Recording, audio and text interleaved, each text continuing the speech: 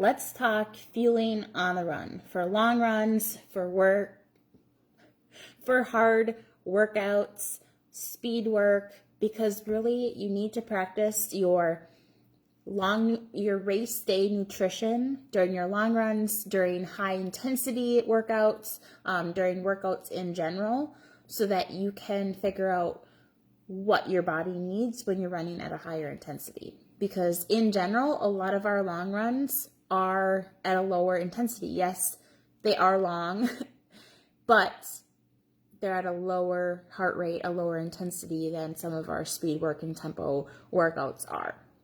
So fueling on the runs in general, you need to fuel for a run that's 90 minutes or longer. Depending on who you are, you may need to fuel for a run that is over 60 minutes. That being said, when you are fueling for a longer run, and we'll talk about speed workouts and higher intensities as well, but you need 30 to 60 grams of carbs per hour after the first hour of running. Now, why do I say after the first hour of running? I say after the first hour of running because your pre-run, pre-workout nutrition should help fuel that first hour run, okay? Or first hour of your run. It should cover that hour of running. So you need to fuel starting in hour 2. Now, that doesn't mean that you wait until you hit 60 minutes to start fueling. You need to start fueling between 30 to 45 minutes into your run. Again, it depends on who you are, and all of this is really about becoming in tune with your body and recognizing your body's needs, what you're training for. In general, this is for training for half marathon. You could say a 10-miler. Obviously ultra marathons, but ultra marathon nutrition is also different. But yes, for like a 5K, you're not going to need fuel. 10K, depending on how long you're going to be running, what your time is looking at, you may need to consider fueling depending on who you are. But in general, you don't need to fuel for those shorter races because your pre-run nutrition is going to help fuel that race. So don't start until minute 60 or minute 90 to start fueling. You need to start fueling around mile 30, mile 40, or minute, not mile, minute. You need to start fueling around minute 30 to 45. Because digestion not only slows down when we are obviously digesting our food, but when we are running. So we need to help our bodies be able to digest and have the time to adequately absorb what it needs to so that we can turn that fuel into energy for our run. Now, let's give you an example. If you are going out for a 2-hour run, that doesn't mean that you start fueling after an hour again. Remember, you need to start fueling between 30 and 45 minutes, again, dependent on you and maybe even the situation, maybe the weather, maybe the intensity of that 2-hour run. But you're going to need at least 60 grams of carbs on your run. And how do you figure out how many carbs do I need? Oh my gosh, I don't count. You say we don't need to count. No, you don't need to, but you can look at the label of whatever you are consuming, whether that is a gel, a goo, some of the blocks, but even like dates. The package of dates that you buy from the store tells you how many carbs is in that specific date that you bought. Few different pieces of advice. First of all, start early and fuel often. Again, remember, between 30 and 45 minutes into your run, you need to start fueling and fuel often. If you're waiting until you're hungry during your run, during your race, you are too late. So again, fueling every 30 to 45 minutes, depending on who you are, is going to probably work best. But you need to figure out, do you need to fuel closer to 30 minutes or 40 minutes or 45 minutes? Practice your fueling.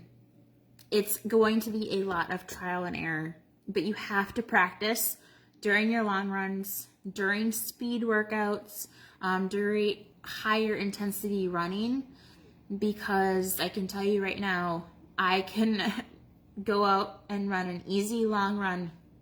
I can go out and run a marathon at an easy pace and not feel like I need any fueling. But when I'm racing one, you betcha, I need fuel and hydration, of course. But we're talking about fuel here. So you need to practice.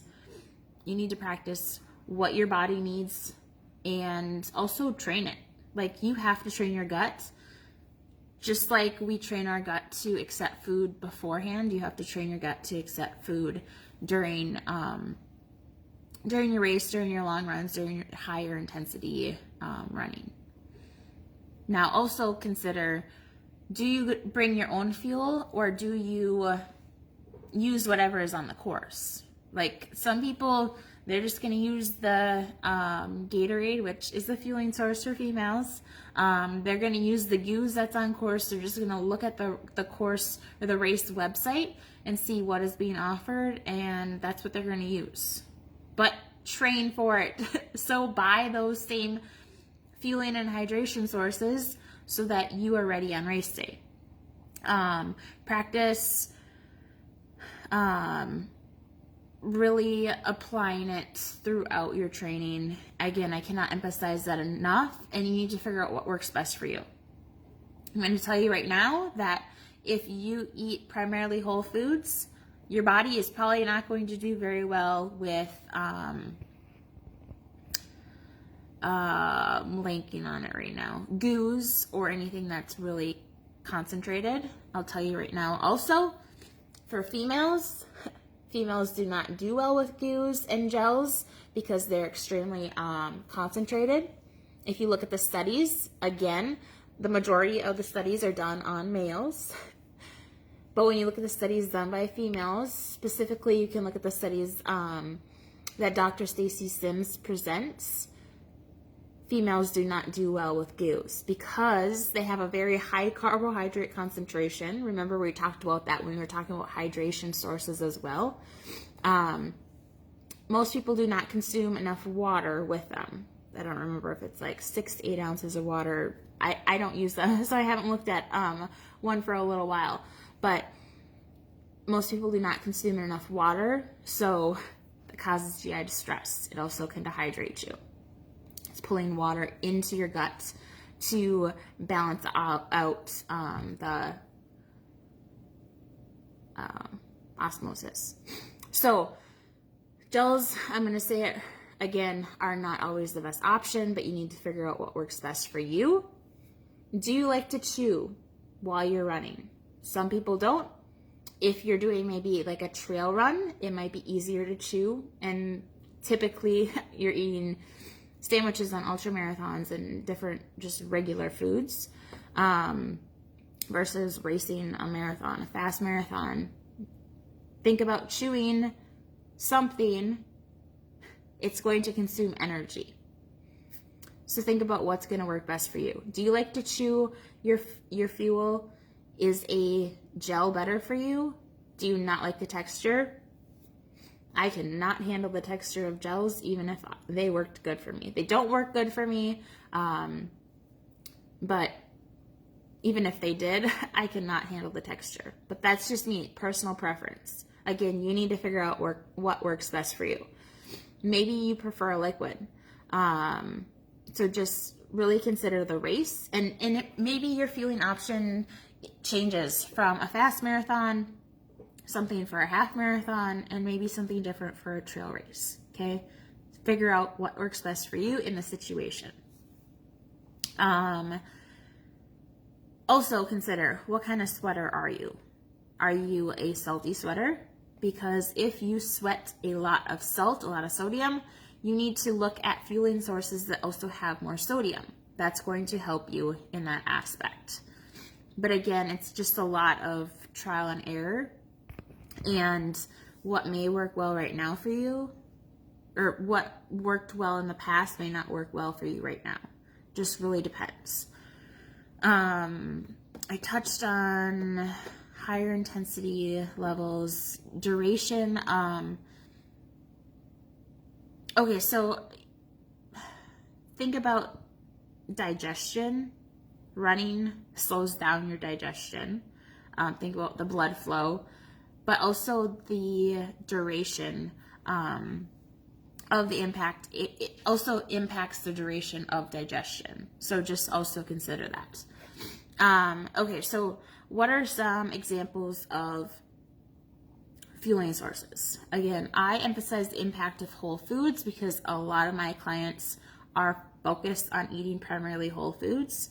And if your body's not used to sugar and processed foods, packaged fueling options are not going to sit well with you unless they're whole food based. So I know like Huma, although that is more like the chia seeds, you also need to consider, look at the package, look at the nutritional label on the back. Is it carbs? You want to look for primarily a carb source. There are some that are primarily fats, and just remember that fat takes a long time to digest. So not only is your digestion slowed down from running, but it's also going to be slowed down from trying to absorb fat, and it may cause digestive issues.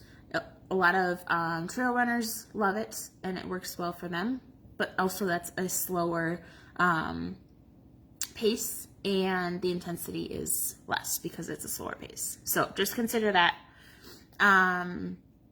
Spring Energy is one that a lot of people like. It's lower in carbs though, so just consider that, although they did come out with a newer one that has higher in carbs. But if it's lower in carbs, you're just gonna have to consume more. So just think about carrying all that as well.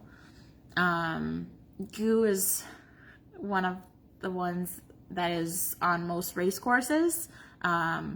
Again, just think about the carbohydrate concentration and how much fluid that you need to consume alongside of it. It also contains maltodextrin and fructose, which cause GI distress. So those are two sources that you want to stay away from if possible. Honey Stinger is a good option. They have a lot of different fueling sources. In general, it's going to contain 26 grams of carbs. So right there, you need one packet each time that you're fueling. Cliff Blocks, Gatorade Blocks, if you don't like the consistency of goos or gels and you want to chew something, that would be an option. Just remember that not one block does not equal one packet of goo in terms of carbohydrates. So it's actually 3 blocks, give or take, depending on what option you're using. That's going to equal about 30 grams of carbs versus 1 gel. So just need to look at the back of the package to figure out how many of these do I need to consume in order to hit that 30 to 60 grams of carbohydrates per hour. Again, I mentioned that I emphasize whole foods. I use dates as my fueling option. Absolutely love them. I cut them in half because the dates that I get from Aldi they're huge. But I consume 1 to 2 of those every time that I am fueling, just depending on what my training requires. And it takes time, it's trial and error again, to really become in tune with your body and recognize your body's needs. And if you're hungry, you're too late in fueling. Obviously still fuel, but you need to remember to fuel earlier. So just note when you started getting hungry and you need to fuel before that. Any dried fruit also works as a fueling source. Salted boiled potatoes work well. If you are using, or I should say whatever you're using, practice taking it out of the package. I put dates in a Ziploc. It's easy to open for me. I also use applesauce packets. They're like the squeeze packets that kind of look like baby food. So they're very easy to get open, although they do freeze shut. So just be aware of that in the temperature that you're running. But practice getting the package open because it can take time and it's also going to use up energy. So you need to get that down to a science. So I think it's called Morton. You see it in like the black and white packages. That is also an option. A lot of runners, it's newer, but a lot of runners are starting to use it. And it's more of a Jell-O-like consistency. It's a gel, but it's more Jell-O-like based on what I've heard. I've never tried it. They used a fructose and a glucose blend. So you have those two different carbohydrates. So you can actually get more energy faster because our body is using different energy transporters at the same time. And it's also considered to be a hybrid because it's supposed to be easier to digest. That's what they claim. I've never used it, so I can't tell you for sure, but I know a lot of runners that use it and that they absolutely love it. Muir is the one that MUIR is the fueling source that I mentioned that has less carbs and more fat. I think it has 7 grams of fat and 12 grams of carbs, and also has a little bit of protein. So in my opinion, that's better for a slower run, more like trail running or ultra running, because it does have those other macros in there versus just carbs. Just remember again that fat slows down your digestion, and your digestion is already slow from running. So it might be a double whammy, and it also may cause some GI distress. So just be aware of that. Last thing, if you don't want to chew your food and you don't like gels, how are you going to feel? There are liquid sources. There's the UCAN, there's Tailwind, there's Scratch Labs, there's a few different other options. The important thing to recognize is that that's not your hydration source. So although you're carrying a water bottle with liquid in it, that's your fueling source, and you also need to carry a water bottle with water, and you have to alternate. Even if you're carrying dates, you still have to alternate between fueling and hydration.